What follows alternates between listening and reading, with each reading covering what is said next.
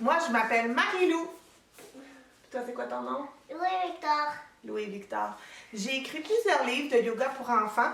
J'en ai écrit 6 au total. Et puis, cette semaine, je vais te les lire juste pour toi. Alors, il va en avoir plein à découvrir. Est-ce qu'on commence la lecture? Oui. Alors, voici le livre que je vais te lire aujourd'hui. Louis à la bougeotte.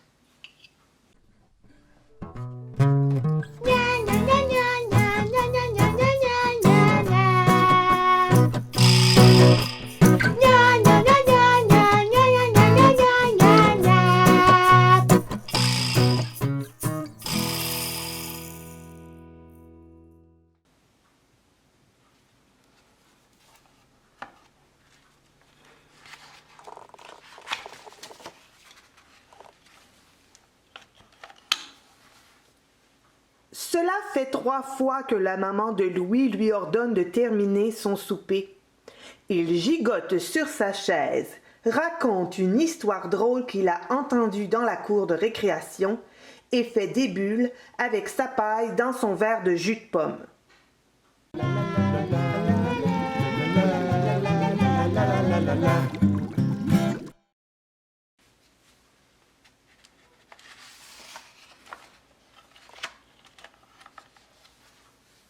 Louis n'arrive pas à se concentrer sur son repas.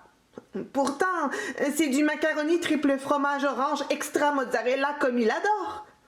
Mais ses bras, ses jambes, sa bouche et sa tête sont comme des feuilles de chêne dans le vent qui volent au mois d'octobre.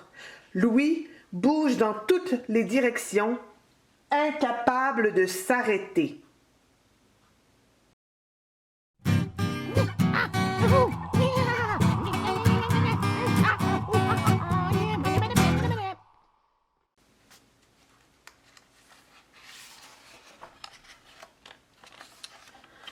Je dois finir de manger. Ah oui, est-ce que je vous ai raconté? Miam, du bon macaroni.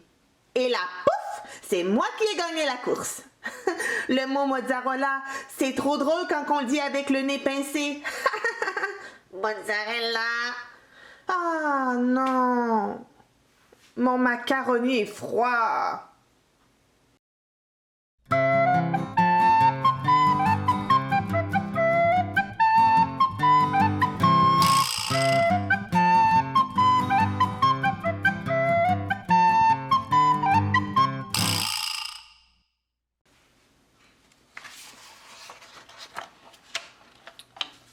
Ce soir, Louis doit annoncer à ses parents que l'examen de mathématiques qu'il a passé aujourd'hui à l'école est un vrai désastre.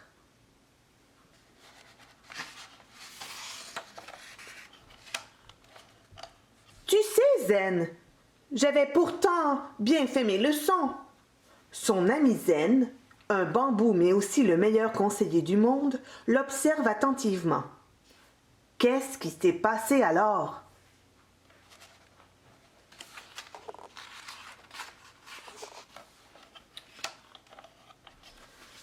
Louis a beaucoup d'énergie.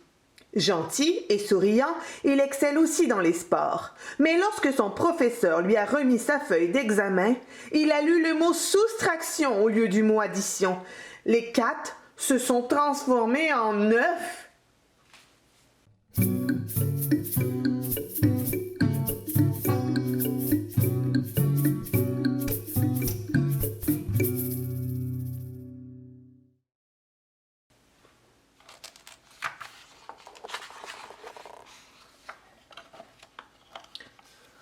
Oh là là, je crois que tu as oublié de respirer pour mieux te concentrer, lui dit Zen en pointant le tapis de yoga de Louis au sol.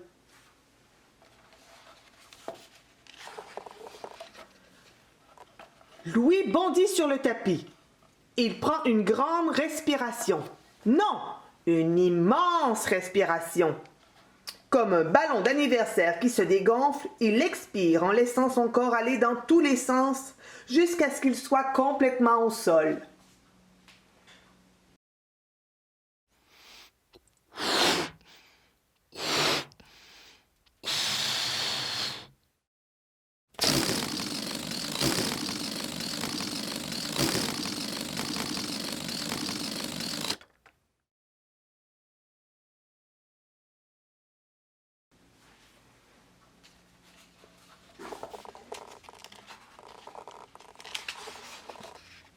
Pause, arrêt. Zen lui dit alors, écoute le son de ta respiration. Louis se concentre sur l'air qui entre dans ses narines, puis sur l'air qui en ressort. Oui, respirer, bonne idée. Pour se calmer, Louis pense à ce qu'il préfère le plus au monde, pêcher avec Papy. Chaque été, il en apprend un peu plus sur les rudiments de la pêche à la truite. Le garçon s'imagine marcher avec son grand-père jusqu'au bout du quai. Leurs pieds émettent un bruit sourd au contact du vieux bois flottant. Les planches grisées sont espacées les unes des autres. Papy prévient Louis. « Il faut faire attention de ne pas y laisser un orteil. » C'est dans ces craques, entre les planches, que Louis laisse tomber tous les problèmes qu'il a rencontrés avant. Une fois le quai franchi et les fesses bien installées dans la chaloupe de Papy, les soucis de la maison, de l'école, les examens de mathématiques, tout ça n'existe plus. Les problèmes laissés dans les fentes du quai tombent dans l'eau et se changent en nourriture pour les poissons.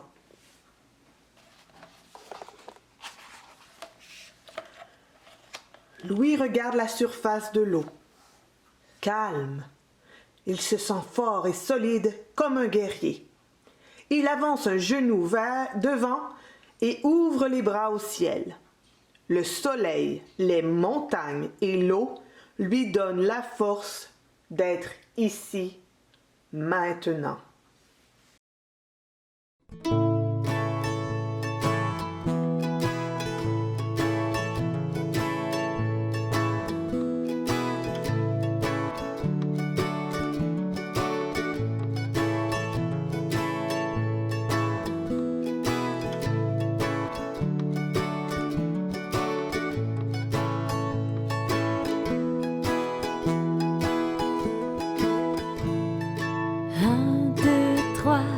J'allonge mes bras, 4, 5, 6, j'attrape mes cuisses, 7, 8, 9, je roule comme un œuf, et à 10, c'est feu d'artifice.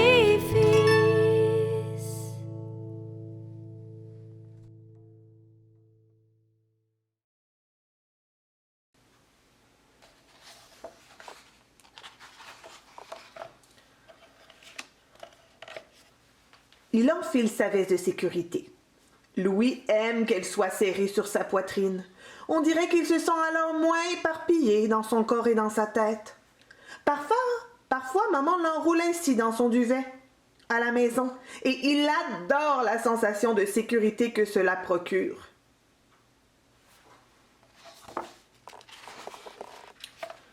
Le soleil se couche. Papy dit que c'est à ce moment que les poissons sortent. Pour apercevoir le soleil disparaître doucement derrière les montagnes, il faut être patient, mais c'est un spectacle magnifique. Le ciel devient rose, puis orangé. Le vent tombe et on entend les criquets dans les herbes hautes. Le lac devient si paisible qu'il ressemble à un miroir. Papy ne dit rien, Louis non plus.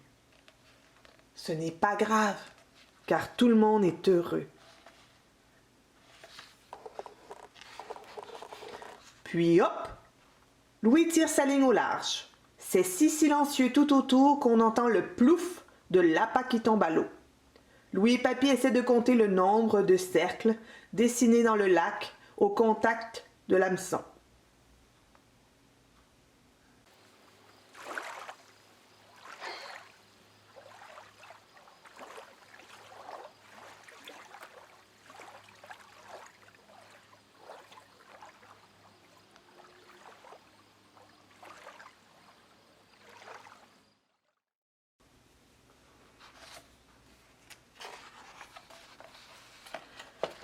Louis et Papy chantonnent en douceur pour ne pas effrayer les poissons.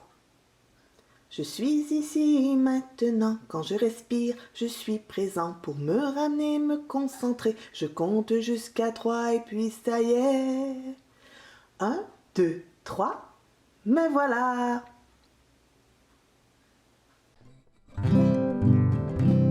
Je suis ici maintenant, quand je respire, je suis présent. Pour me ramener, me concentrer, je compte jusqu'à 3 et puis ça y est.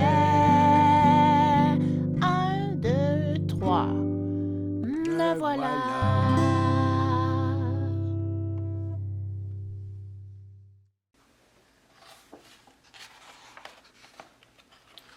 Quand les deux pêcheurs reviennent sur la rive, Louis regarde attentivement les poissons qu'ils ont pêchés bouger dans la chaudière.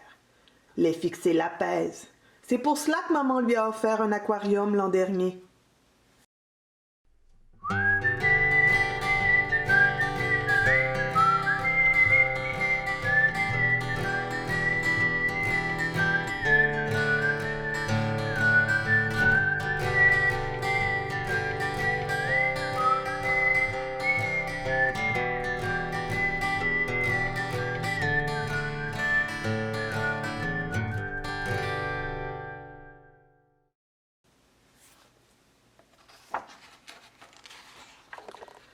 Louis entend Zen.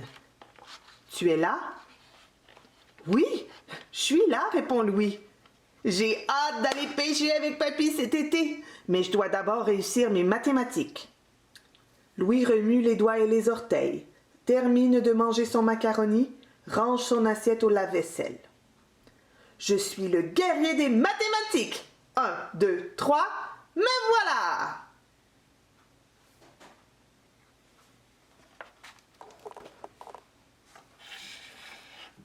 Alors, si tu as la bougeotte et que tu désires te calmer, tu peux accompagner Louis et son ami le bambou dans leurs chouettes aventures. Merci.